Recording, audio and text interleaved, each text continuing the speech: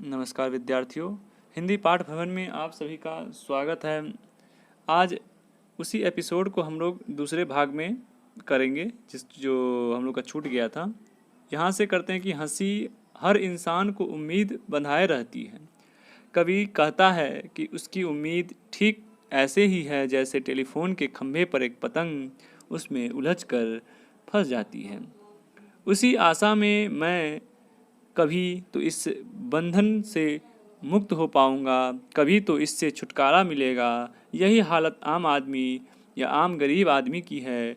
वह वहीं पर फंसी हुई खरखरा रही है, मानो वह आवाज़ दे रही हो। आज हर आम आदमी इसी तरह की टाँके भरी जिंदगी जी रहा है।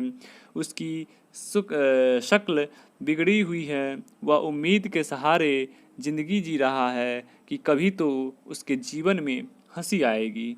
वह उम्मीद का दामन नहीं छोड़े हुए हैं। फटे जूते से आदमी की औकात एवं पहचान का पता चलता है। वे नए जूते को खरीदने की बजाय उसी जूते को ठीक कराते रहते हैं, जबकि मोचीराम उसे ठीक करते हुए मन में दुखी है। वह बाबूजी को मना करता है कि इस जूते की मरम्मत पर पैसा बर्बाद क्यों करते हो। यह कहते हुए उसकी आवाज़ लड़खड़ा रही है। वह क्योंकि इस धंधे में लगा हुआ है, इसलिए उसे जूते में टाँके पर टाँके लगाने पड़ रहे हैं। वह अपनी भूमिका को बड़ी मुश्किल से निभा रहा है। वह मन में दुखी हो रहा है। मोचीराम कहता है कि आप मुझ पर विश्वास करें कि मैं उस जूते और उस आदमी को अपनी आँखों से देख रहा हूँ कि यह कैसा आदमी है जो जूते की हालत को नहीं देख पा रहा है। इसमें चकतियों के स्थान पर अपनी आँखें गाड़ रहा हूँ। कोई जगह खाली नहीं है जहाँ टाँके नहीं लगा रहा हूँ, बल्कि उसमें अपनी आँखें गाड़ रहा हूँ। और मैं अपने अंधे कह रहे हैं, मैं अपने धंधे में लगा हुआ हूँ। यह मेरा पेशा है, इसलिए मैं निरंतर रूप से कर रहा हूँ, क्योंकि मुझे इस पेशे को करना है, इसलिए मैं करता हूँ। मगर मैं यह कार्य बड़ी कठिनाई से कर रहा हूँ। दूसरे जूते की हालत यह है कि उसमें से पैर बाहर निकलने को आतुर है। उसे देखकर तो मेरा दिल और भी दुखी हो जाता है। ऐसा लगता है उसे जूते का आदमी बाहर सैर करने के लिए आतुर हो रहा है। यह देखकर मैं आश्चर्यचकित हूँ। कवि ने मोचीराम के काम की कठिनाई का वर्णन किया है। वह जूते का काम करने को मजबूर है, इसलिए वह कहता है या करता है, परंतु वह आदमी की नीयत पर भी व्यंग करता है। वो कहते हैं कि कैसे आदमी हो। वह मनुष्य जाति पर भी व्यंग करता है। कहता है कि अपनी जाति पर थूकते हो। वह पंसारी जो अपने जूते को ठीक करवा रहा है, मोचीराम की दृष्टि से नादान, नासमझ और धीमी बुद्धि वाला व्यक्ति है। वह समय का पाबंद है। काम का कितना हर्ज हो रहा है। टूटे फूटे और फटे जूते को ठीक पर ठीक करवाता जा रहा है। उसकी जगह नया जूता नहीं लेना चाहता है। वह पैसे बचाना चाहता है। वैसे उसके हाथों में घड़ी पहन रखी है। उसने अपनी हाथों में घड़ी पहन रखी है, मगर उसे जाना कहीं नहीं है। उसके चेहरे पर बहुत परेशानी झलक रही है, जैसे वह किसी उलझन में फंसा हो। वह कोई और नहीं, कोई बनिया होगा या बिसाती या दुकानदार होगा। वह बातें और अभिनय ऐसे कर रहा था जैसे कितना बड़ा दुनिया का माना हुआ हिटलर का संबंधी हो। वह बार बार बोलता जा रहा है, इसे बांधो, उसे काटो, जूते को ऐसे बनाओ। वह दिखावे में डूबा हुआ है। आदमी के नाम पर कलंक है, मानव जाति के लिए शर्मनाक बात है। इसे ही कवि ने इसमें दर्शाया है। कवि उस बनिए की हरकत और बेशर्मी का यथार्थ वर्णन करता है। वह कितना लालची एवं दिखावा करने वाला आदमी है। कवि ने उसे बेशर्म सिद्ध करने की कोशिश की है। इसमें कवि उस बनिए का वर्णन करता है जो काम करवाने बेशर्म सिद्ध करने की कोशिश की है। इसमें कवि उस बनिए का वर्णन करता है जो काम करवाने के बाद भी मोचीराम को पूरे पैसे नहीं देता है, बल्कि उसे उल्टा बोलकर वहाँ से चला जाता है। कवि यह बताना चाहता है कि आदमी अपने में कितना गिरा हुआ है। वह लालची है, वह गरीबों का शोषण करने में और उसका हक मारने में किसी भी तरह से पीछे नहीं है। कवि ने मोचीराम के मन का दुख व्यक्त किया है, क्योंकि उसे मेहनत करने के बाद भी बनिए से पूरे पैसे नहीं मिलते थे। इससे उसके मन को बहुत दुख हुआ था।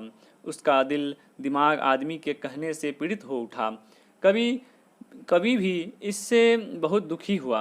वह मेहनतकश इंसान है। दूसरे आदमी ने इस इंसान की भावना को दबा दिया था। जूते को ठीक करते समय उंगली पर जब हथौड़े की चोट पड़ती है तो उसके दर्द को वह अपने दिल में छिपा लेता है। उसकी दृष्टि में यह आदत आदमी ही इसका प्रमुख कारण है। समाज में यही विसंगति है जिसका शिकार एक गरीब मेहनतकश मजदूर है। कवि की इसमें मोचीराम के प्रति सहानुभूति एवं संवेदना व्यक्त हुई है। कहने का तात्पर्य यह है कि आदमी आदमी का शत्रु है। जूते के पेशे में और रंडियों के पेशे में वह अंतर नहीं मानता। आदमी जो भाषा बोलता है उससे मन को दुख होता है। मौसम भी भाषा की तरह ही आदमी को सताता है। एक काटता है तो दूसरा उसे सताता है। दोनों में क्या अंतर है? कवि ने बसंत का उदाहरण भी दिया है कि वह पत्तियों को लटकाता है धूप में सूखने या सींचने के लिए। वह आदमी नहीं है, वह केवल पेड़ है। दोनों में कितना अंतर है।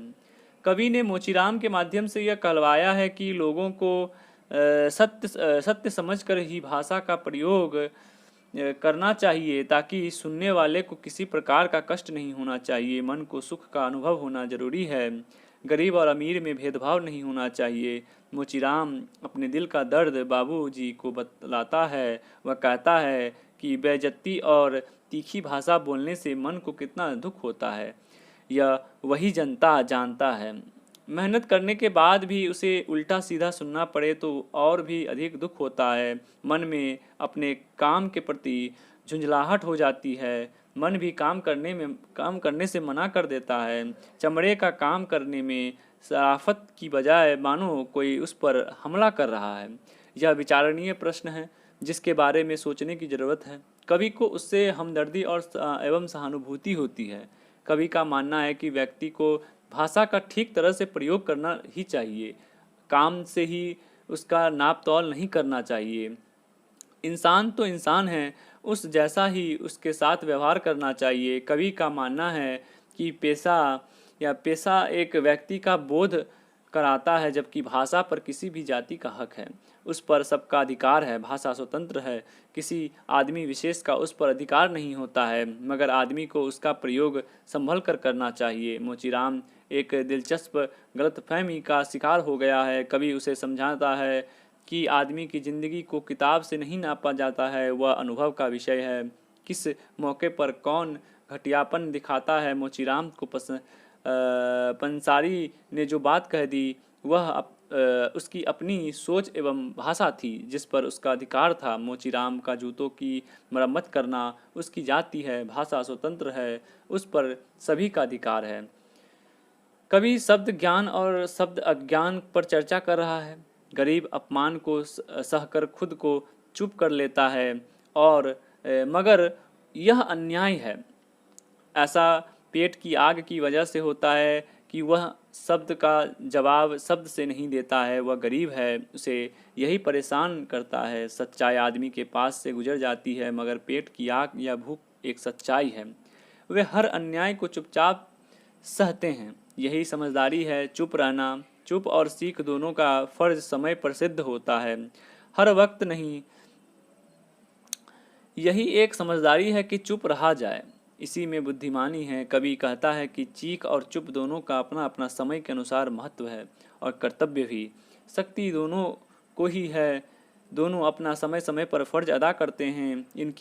इसमें किस्म में ही अंतर है। इनके दोनों का मतलब भी एक है, इनकार करना, मनाही करना। भविष्य के लिए आगे नहीं करूँगा।